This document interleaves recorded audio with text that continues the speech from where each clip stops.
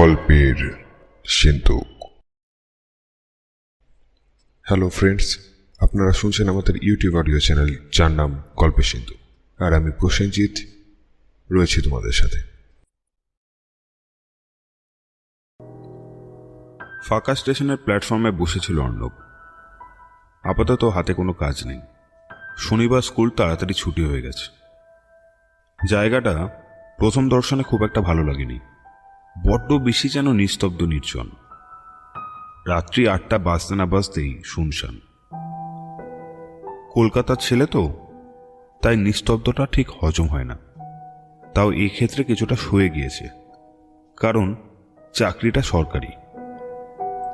3 বছর অক্লান্ত পরিশ্রমের পর স্কুল সার্ভিস কমিশনের গ্রুপ সি পরীক্ষায় পাস। তারপর বাকি ধাপগুলো পেরিয়ে ক্লার্ক হিসাবে এই স্কুলে তার আগমন। আশেপাশে 3টি গ্রামের মধ্যে এটি একটি মাত্র স্কুল। এসে থেকে এখনো পর্যন্ত 3 জন মানুষের সাথে তার পরিচয় হয়েছে। প্ল্যাটফর্মের চায়ের দোকানের মালিক শিপ্রা মাসি, স্কুলের হেডমাস্টার মশাই বিধুবাবু, আর কপিলেশ্বর বাবু, অর্ণবের বাড়িওয়ালা। শেষের ব্যক্তিটিকে অর্ণব একটু ভয় পায়। ভদ্রলোক কি যেন তন্ত্রমন্ত্র নিয়ে থাকেন। আচমকা ট্রেনের হুইসেলের শব্দে সম্বিত ফেরে অর্ণবের। আপলাইনে একটা মালগাড়ি ক্রস করছে।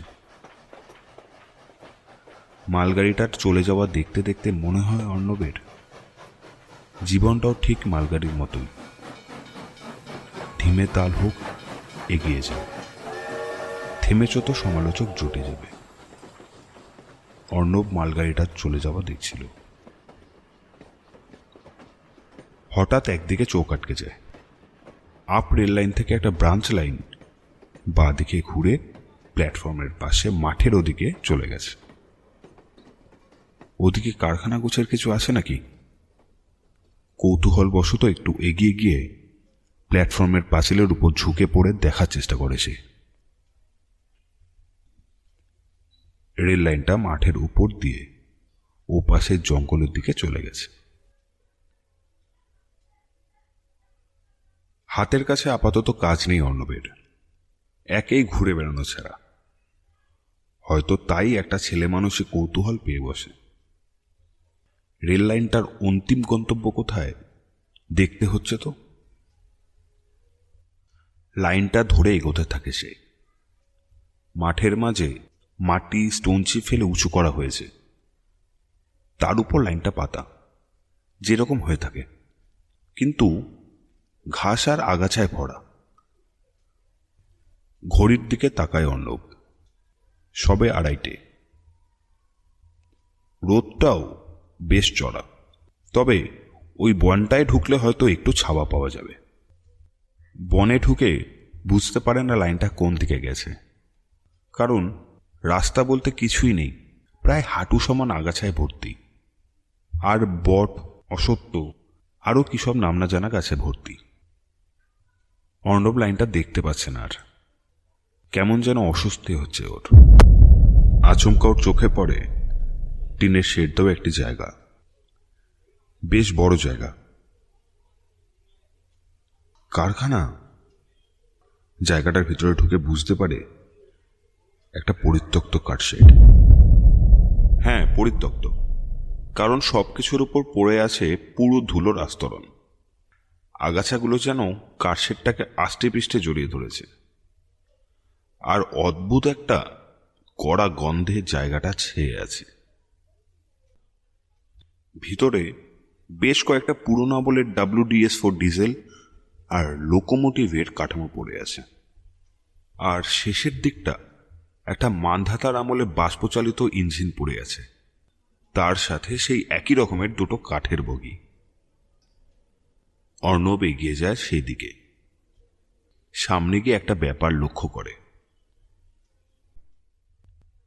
গোটা ইঞ্জিনটার গায়ে কিরকম পোড়া দাগ। বগিগুলোর মধ্যে একটা বগি পুড়ে কালো হয়ে আছে, আর অন্যটা মোটামুটি অক্ষত। আর সমস্ত জায়গাটার মধ্যে কিরকম অদ্ভুত নিস্তব্ধতা বিরাজ করছে। কোনো পাখি বা কোনো পোকামাকড়ের ডাক নেই, এমনকি একটা ঝিঝি পর্যন্ত ডাকছে না। নিজের অস্বস্তির কারণটা বুঝতে পারে এবার। অস্বস্তিটা যেন জাপটে ধরেছে ওকে, যেন এখানে থাকলে এই নিস্তব্ধতা, এই বন, এই কাঠশেড ওকে চিরকালের মতন গ্রাস করবে। ও আর ফিরতে পারবে না দৈনন্দিন জীবনে। এসবই ভাবছিল, হঠাৎ একটা অদ্ভুত শব্দ ভেসে আসে তার কানে। কারা যেন কাঁদছে। হ্যাঁ, কানাডিত শব্দ, যেন অনেক মানুষ একসাথে কাঁদছে।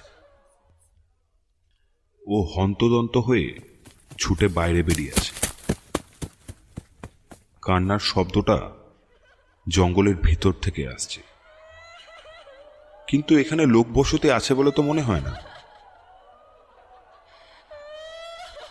কান্নাটা কেমন যেন অদ্ভুত, দম নেওয়ার জন্য কেউ থামছে না বললেই চলে। আচমকা কান্নাটা থেমে যায়।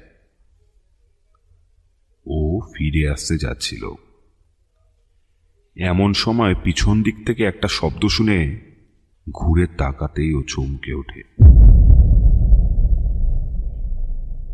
ওর মনে হলো যেন একটা ছায়া কারশেডের পিছন দিকে চলে গেল। সেকেন্ডের ক্ষুদ্র ভগ্নাংশের জন্য সে দেখতে পেয়েছিল ছায়াটাকে।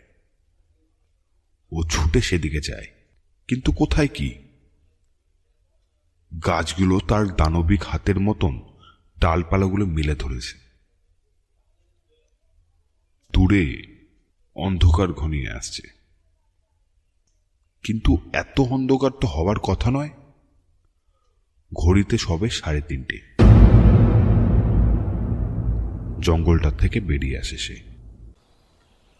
প্ল্যাটফর্মে উঠে সে শিপ্রা মাসির দোকানে যায়। 1 কাপ চায়ের অর্ডার দিয়ে অর্ণব জিজ্ঞাসা করে, আচ্ছা মাসি, ওইদিকে ওই জঙ্গলটায় কেউ থাকে না? না গো দাদা, ওইদিকে আর কেরা থাকবো? কেউ যায় না ওদিকে। কিছুক্ষণ আগে ওখানেই গেছিলাম। মাসির চোখে হালকা একটু বিস্ময়ের ছায়া খেলে যায়।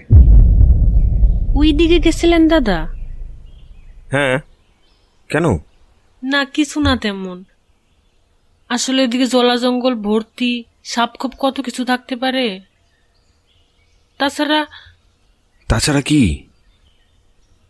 আসলে অনেক বছর আগে ওই জায়গায় বেশ কিছু মানুষ খুন হয়েছিল। খুন? হ্যাঁ দাদা, খুন হয়। সব এলাকারই মানুষ ছিল, কিন্তু কি কারণে যে খুন হয় বা কারা করছে তা জানা যায়নি। এগুলো আমারও শোনা কথা। তুমি কতদিন এখানে আছো? এই 5 বছর হবে। এইখানকার লোকেরা কুসংস্কারে পিএইচডি করে রাখছে।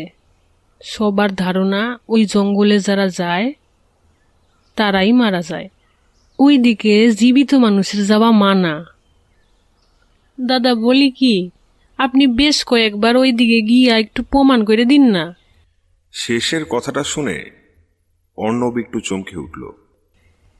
প্রমাণ? কি প্রমাণ করব? না মানে লোকজনের ধারণা ওইদিকে নাকি দেউ আছে, মানে এই ভূত আছে আর কি। আমি কতবার বলেছি ওইসব ভুলভাল কথা, কেউ শোনেই না। তাই বলছি, আপনি তো শহরে মানুষ, তা আপনি ঘুরে বেড়ানোর তাগিদে ওইখানে যেতেই পারেন। খুব শান্ত জায়গা। আপনাকে ওখানে যাইতে দেখলে লোকজনের বাজে ধারণাটা একটু দূর হবে। আচ্ছা, সে দেখা যাবে এখন উঠি। চা খাওয়া শেষ হয়ে গেছিল। অর্ণব বাড়ির দিকে পা চালায়। যেতে যেতে ভাবে, এই শিপ্রা মাসিটা একটু অদ্ভুত টাইপের। ওকে ওই জঙ্গলটায় যাওয়ার জন্য জোরাজোরি করছে কেন? একজন চাওয়ালা মানুষের মনের কুসংস্কার দূর করতে এতটা বদ্ধপরিকর? সে থাকতেই পারে, কিন্তু তার জন্য অর্ণবকে নিয়ে জোরাজোরি কিসের? সে তো নিজেও যেতে পারে। কপিলেশ্বর সামন্ত এই গ্রামের একজন পুরনো বাসিন্দা। বয়সকালে কলকাতায় সরকারি অফিসে চাকরি করতেন। রিটায়ার করার পর পরিবার নিয়ে এখানেই থাকতেন। স্ত্রী গত হয়েছেন প্রায় বছর 5 হবে। 2 মেয়েরই বিয়ে হয়ে গেছে। এখন ঝাড়া হাত পা, ধর্মকর্ম পুজো আর্চা নিয়েই থাকেন। লোকে বলে উনি নাকি তন্ত্র সাধনায় সিদ্ধহস্ত, তাই ভয়ে এলাকার লোকজন উনাকে এড়িয়ে চলেন। কিন্তু উনি ভেবে পান না উনাকে ভয় পাবার কি আছে। হ্যাঁ, তন্ত্র সাধনা উনি করেন বটে, কিন্তু তা বলে কি উনি কারোর উপর তা প্রয়োগ করছেন? কারোর ক্ষতি করেছেন কি? ক্ষতি করার জন্য একটু শয়তানি বুদ্ধি থাকলেই হয়। সেরকম ধরনের লোকের অভাব নেই পৃথিবীতে। তবে এখন উনার নিঃসঙ্গ জীবন আর নেই। কলকাতা থেকে আসা অর্ণব নামের এই ছেলেটাকে তিনি আশ্রয় দিয়েছেন। ছেলেটা বেশ সহজ সরল, তবে একটু বেশি কৌতূহল প্রবণ আর চঞ্চল। ছেলে মানুষই ব্যাপারটা এখনো যায়নি তার থেকে। কিন্তু ছেলেটা গেল কোথায়? সেই দুপুর 2টো নাগাদ বেরোতে দেখেছিলাম। এখন ঘড়িতে প্রায় 5টা। এতক্ষণ বাইরে কি করছে? উনার একটু চিন্তা হয়। আজকে উনি কেন যেন স্থির থাকতে পারছেন না। কেমন যেন মনে হচ্ছে খারাপ কিছু ঘটতে চলেছে। উনার ধারণা দীর্ঘদিনের তন্ত্র সাধনার অভিজ্ঞতা আছে বলেই উনি আগাম কিছু টের পান। ওই তো ছেলেটা আসছে। কোথায় ছিল এতক্ষণ? ও কি? ওটা কি ওর পিছনে?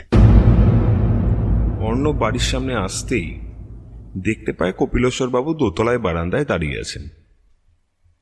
উনি একদৃষ্টে অর্ণব যে রাস্তা দিয়ে আসছিল সেদিকে তাকিয়ে আছেন। অর্ণব ওনার দৃষ্টি অনুসরণ করে পিছনে তাকায়, কিন্তু কিছু দেখতে পায় না। কপিলেশ্বর বাবু দরজা খুলে দিয়ে অর্ণবকে ঘরে নিয়ে এসে বসায়। একটু চা জল খাবারের ব্যবস্থা করেন এবং কিছু কথাও হয় টুকটাক। অর্ণব তখন ইচ্ছে করেই জঙ্গলে যাওয়ার ব্যাপারটা চেপে যায়। অর্ণব বিদায় নেওয়ার সময় কপিলেশ্বর বাবু ওকে ডেকে বলেন কোনো রকম ভয় পেলে ওনাকে যেন জানায়। তারপর অর্ণব ঘরে ঢুকে ভাবে হঠাৎ উনি ভয় পাবার কথাটা কেন তুললেন। ও যেন কিছু একটা যোগসূত্র খুঁজে পাচ্ছে। আজ ওই জঙ্গলটায় যে অভিজ্ঞতা হলো সেটা মোটেও স্বাভাবিক নয়। ও কিছুতেই ব্যাপারটাকে মাথা থেকে ঝেড়ে ফেলতে পারছে না। তাহলে কি কপিলেশ্বর বাবু বুঝতে পেরে গেছেন যে ও ওখানে গেছিল? সত্যি কি ওখানে এমন কিছু আছে যা ভয় পাওয়ার মতো? গাটা শিরশির করে ওঠে ওর। সে রাতে একটু তাড়াতাড়ি শুয়ে পড়ে। আজকের দিনটা ধকল গেছে বেশ।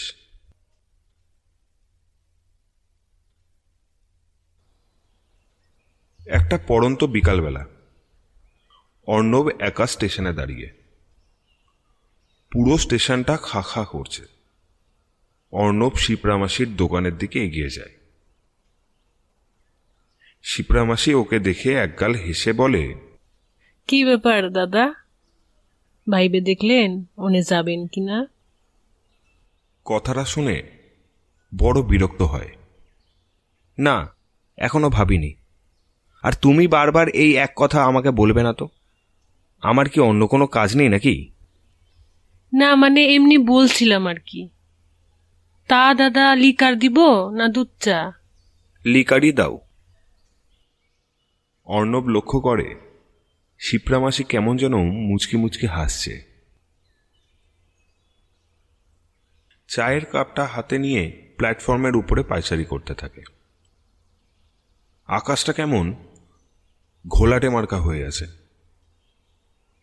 হঠাৎ অর্ণবের চোখ সামনের ডিস্ট্যান্স সিগন্যালের উপর পড়ে।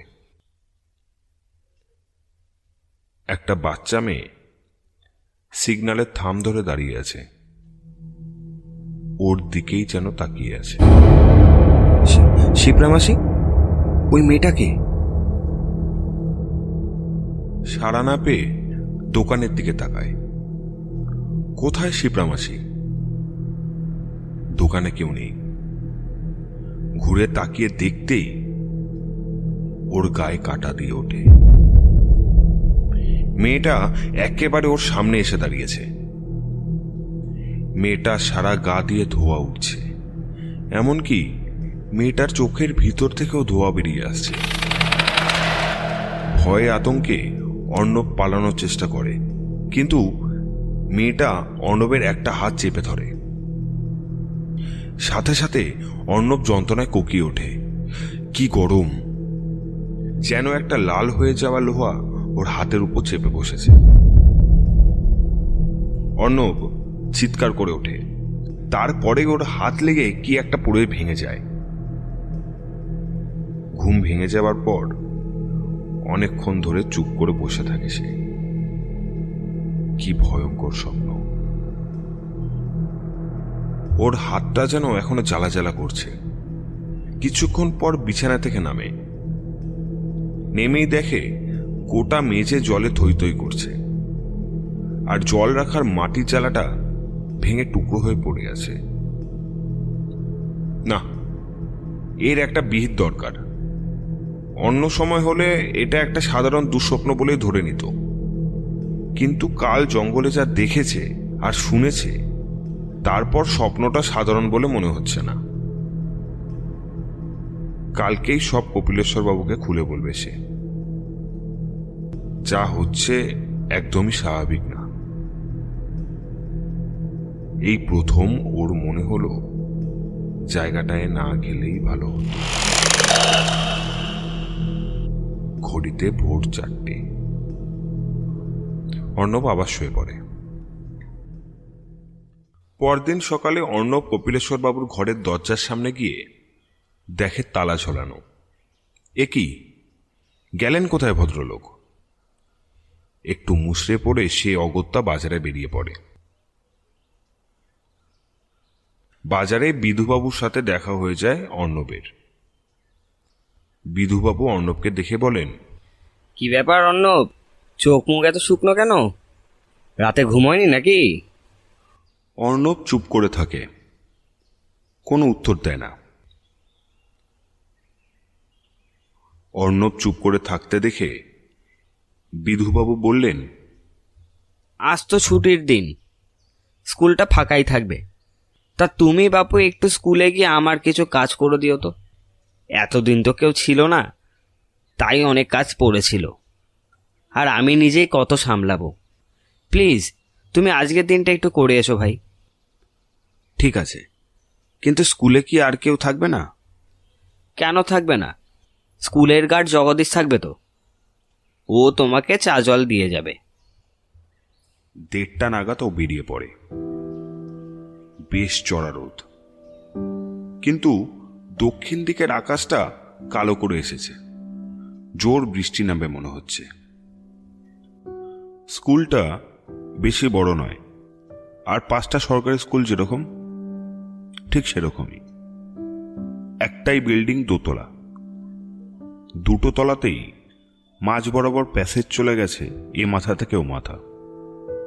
নিচের প্যাসেজে একদম সামনে আর পেছনে দুটো সিঁড়ি আছে উপরের প্যাসেজে যাওয়ার জন্য। অর্ণবের কাজের ঘরটা দোতলায়। স্কুল কম্পাউন্ডে ঢোকার সময় জগদীশকে বলে দেয় জল দিয়ে যাওয়ার জন্য।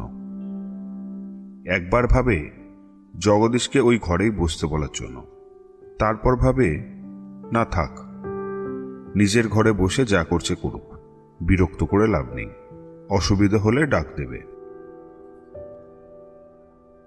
অর্ণব কাজ শুরু করে দেয়।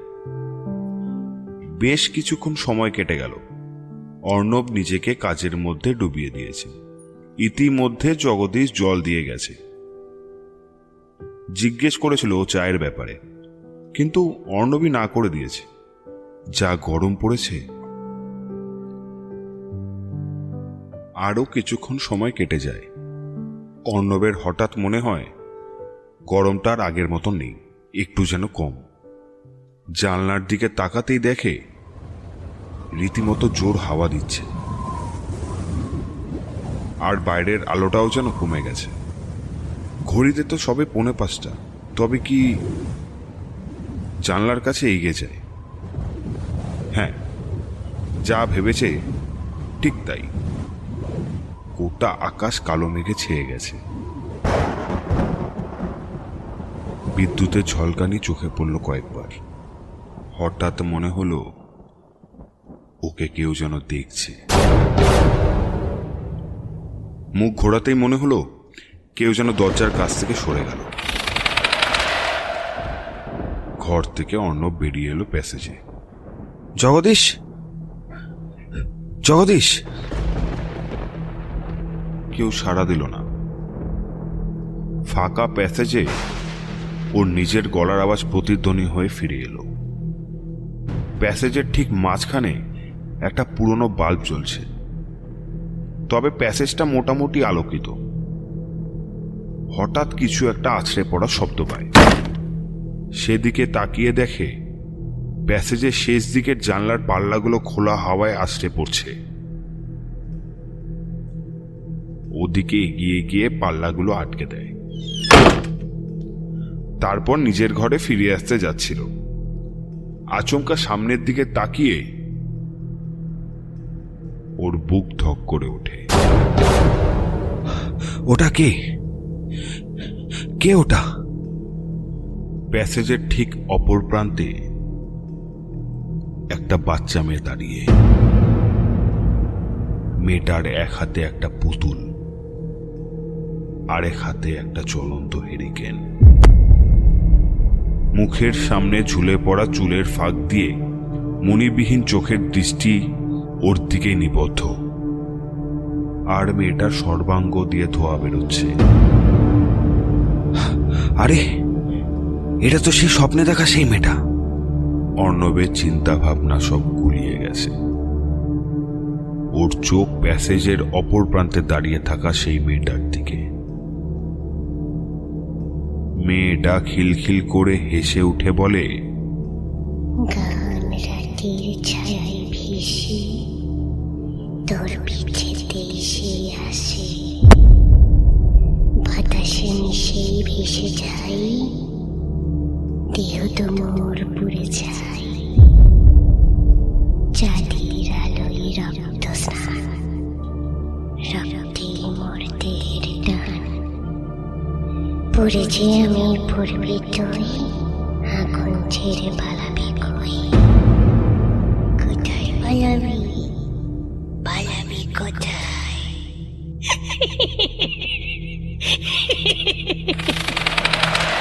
বলেই মেয়েটা অস্বাভাবিক জোরে হাসতে থাকে। হাসতে হাসতে মেয়েটা আচমকা হ্যারিকানটাকে তুলে নিজের গায়ের উপর আছড়ে ফেলে। সাথে সাথে মেয়েটার গোটা শরীর দাউ দাউ করে জ্বলে ওঠে।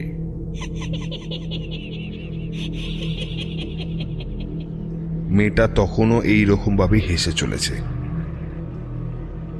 অর্ণব আর সহ্য করতে পারে না, দিশেহারা হয়ে সিঁড়ি দিয়ে দৌড়ে নামতে থাকে। নিচের প্যাসেজ কোনো রকমে পেরিয়ে স্কুলের গেটের কাছে জগদীশের ঘরটা সামনে গিয়ে দাঁড়ায়। চিৎকার দিয়ে জগদীশকে ডাকতে থাকে,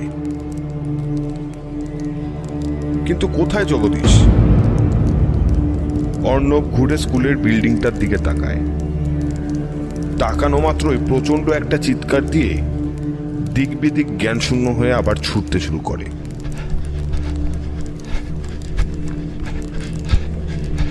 মেয়েটা বাতাসে ভেসে উড়ে উড়ে আসছে। মেয়েটার শরীর আগুন গ্রাস করেছে। মেয়েটার চোখের ভিতর থেকেও আগুনের শিকা বেরিয়ে আসছে, যেন একটা জ্বলন্ত উল্কাপিণ্ড অর্ণবকে ধাওয়া করেছে। অর্ণব আর ঘুরে তাকায় না, সে খালি ছুটতে থাকে। প্রচন্ড জোর শব্দ করে একটা বাজ পড়ল কোথাও। ওর কোনো দিকে হুঁশ নেই। পিচের রাস্তা, বাঁশবন, পুকুর ঘাট, ধান ক্ষেত ইত্যাদি বেরিয়ে যায়। আর দৌড়াতে পারছে না সে। শেষ পর্যন্ত একটা জায়গায় গিয়ে বসে পড়ে।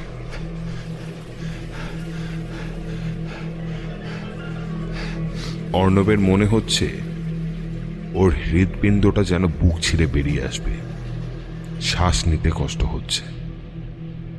বসে পড়ে হাঁপাতে থাকে।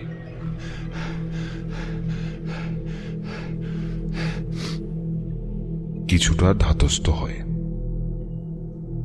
একটু পর উঠে দাঁড়িয়ে পিছনে দেখে, না, কেউ নেই। আকাশে মেঘের তখনও ঘন ঘটা। হালকা আলোতে বুঝতে পারে ও একটা মাঠের মধ্যে দাঁড়িয়ে আছে। কোন দিকে যাবে ভাবছে। এমন সময় প্রচণ্ড জোরে ট্রেনের হুইসেলের শব্দে ও চমকে ওঠে।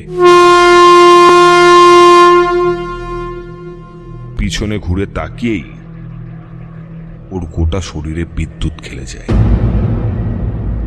কার শেডে দেখা সে পুরনো আমলের ট্রেনটা মাঠের উপর ওর দিকেই মুখ করে দাঁড়িয়ে আছে। তারপর আচমকা ট্রেনটায় আলেয়ার মতন দপ করে আগুন জ্বলে ওঠে। ধীরে ধীরে ট্রেনটা ওর দিকে এগোতে থাকে। ওর দৌড়াবার শক্তি শেষ হয়ে গেছে। গোটা শরীর অসাড় হয়ে আসছে। বেশ বুঝতে পারছে আগুন ছেড়ে ও পালাবে কোথায়। ও পুড়েই মরবে। ট্রেনটার বগির ভিতর থেকে অনেকগুলো হাত বেরিয়ে শূন্যে কিছু একটা ধরার চেষ্টা করছে। তার সাথে সেই হাহাকার, সেই কান্নার শব্দ। আগুন জ্বলা ওই দানবটা আরো কাছে এগিয়ে এসেছে। আগুনের তাপ ওর গায়ে এসে লাগছে।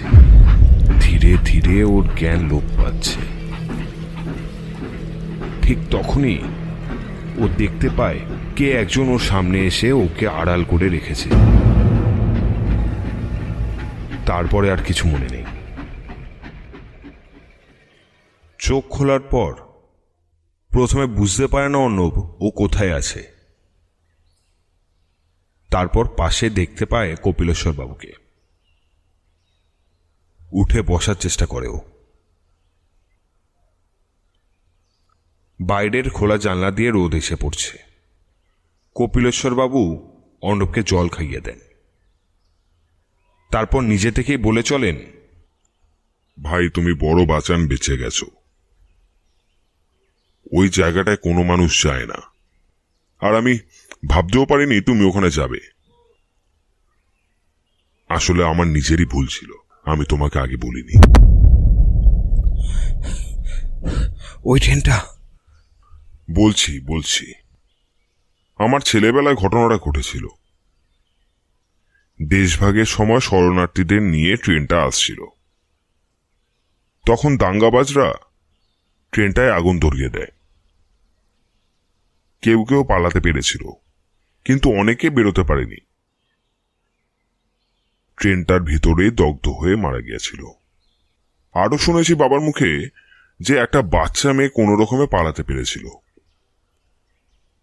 কিন্তু দাঙ্গাবাজগুলো ধরে ফেলে মেয়েটার গায়ে আগুন ধরিয়ে দেয়।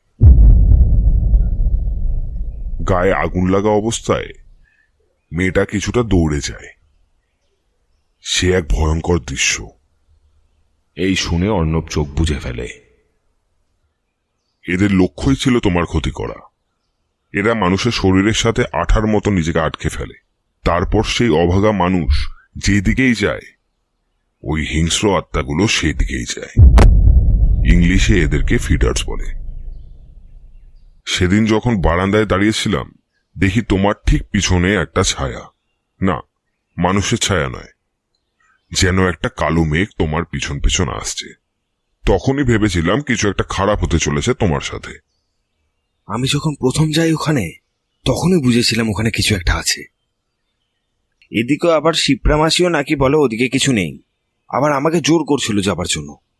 কে শিপ্রা মাসি? আরে, প্ল্যাটফর্মের চায়ের দোকান। প্ল্যাটফর্মে চায়ের দোকান? শিপ্রা মাসি? যতদূর জানি ওই নামে প্ল্যাটফর্মে তো কেউ চা বিক্রি করে না। হ্যাঁ, বছর 5 আগে শিপ্রা নামের এক মহিলা চা বিক্রি করতে এসেছিল বটে। এই মাঝবয়সী, নতুন দোকানও করেছিল। কিন্তু 3-4 দিনের মধ্যে কোথায় যেন গায়েব হয়ে যায়, কেউ কোনো খোঁজ পায়নি।